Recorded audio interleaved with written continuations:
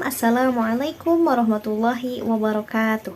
Perkenalkan, nama saya Zahra Agis Fahriza dengan NIM 121202026. Video ini saya buat untuk memenuhi tugas mata kuliah landasan pendidikan.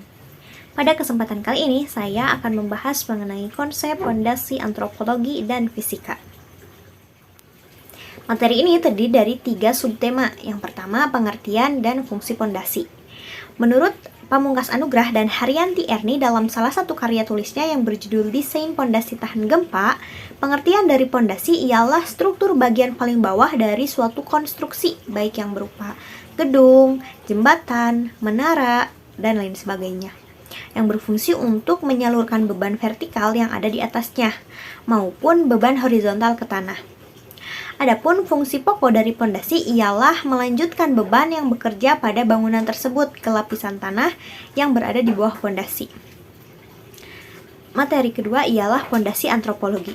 Antropologi pendidikan mempelajari pendidikan tentang bagaimana proses praktek pendidikan ditinjau menurut pandangan budaya masyarakat setempat.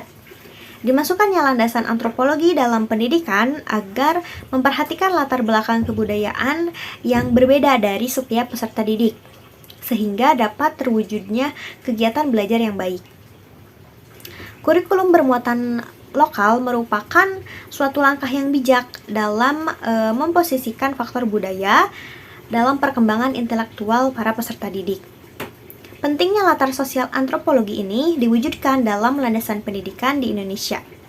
Mengingat bahwa negara Indonesia ini terdiri dari berbagai macam suku, bangsa, dan juga agama, sehingga tidak terjadinya konflik dan ketimpangan sosial dalam kehidupan bermasyarakat. Adapun materi kajian dalam antropologi pendidikan ialah teori dan metode tentang pengetahuan yang berhubungan dengan kebutuhan manusia dan masyarakat, sehingga dapat menambah wawasan ilmu pengetahuan dalam ruang lingkup pendidikan. Poin yang pertama ialah Bashar menurut Al-Quran. Penunjukan kata al-bashar ditunjukkan Allah kepada seluruh manusia tanpa terkecuali, termasuk eksistensi Nabi dan juga Rasul. Al-bashar mengandung pengertian bahwa manusia akan berketurunan, yaitu mengalami proses reproduksi seksual dan senantiasa berupaya untuk memenuhi semua kebutuhan biologisnya yang memerlukan ruang dan waktu, serta tunduk terhadap hukum alamiahnya, baik yang berupa sunnatullah maupun takdir Allah. Semua itu bergantung pada konsekuensi logis dari proses pemenuhan kebutuhan tersebut.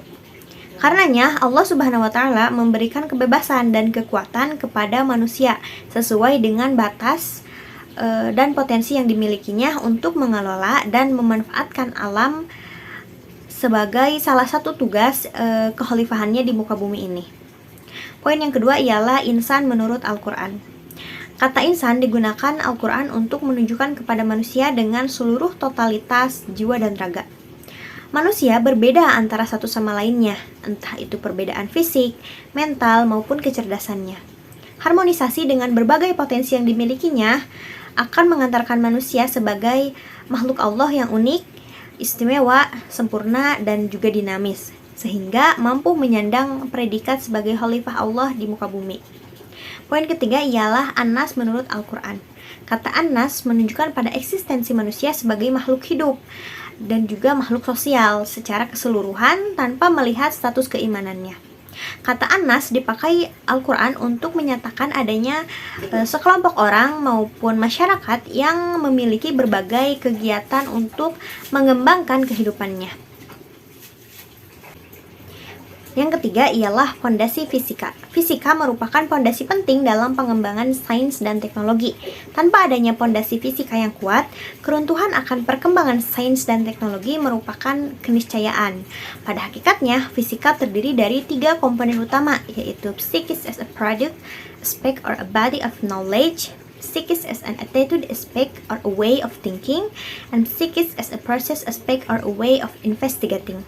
Yang mana ketiga komponen besar ini tidak dapat kita ambil satu persatu secara parsial, akan tetapi sebagai suatu kebulatan yang utuh. Tinggi rendahnya kualitas penguasaan fisika tergantung dengan bagaimana proses pendidikan fisika ini berjalan. Menurut Undang-Undang Nomor 20 Tahun 2003, pendidikan ialah usaha sadar dan terencana untuk mewujudkan suasana belajar dan proses pembelajaran agar para peserta didik secara aktif mengembangkan potensi dirinya untuk mempunyai kekuatan spiritual keagamaan, pengendalian diri, kepribadian, kecerdasan, akhlak mulia, serta keterampilan yang diperlukan dirinya. Untuk dirinya, masyarakat, bangsa, dan negara. Selanjutnya, pendidikan itu sendiri tidak dapat dilepaskan dari bagaimana proses pembelajaran dilakukan. Mengacu pada hakikatnya, pembelajaran fisika haruslah dapat mengajarkan peserta didik ketiga aspek, yaitu aspek pengetahuan atau kognitif, aspek proses penemuan pengetahuan, dan juga aspek sikap ilmiah. Mungkin cukup sekian yang dapat saya sampaikan. Billahi taufiq wal hidayah. Wassalamualaikum warahmatullahi wabarakatuh.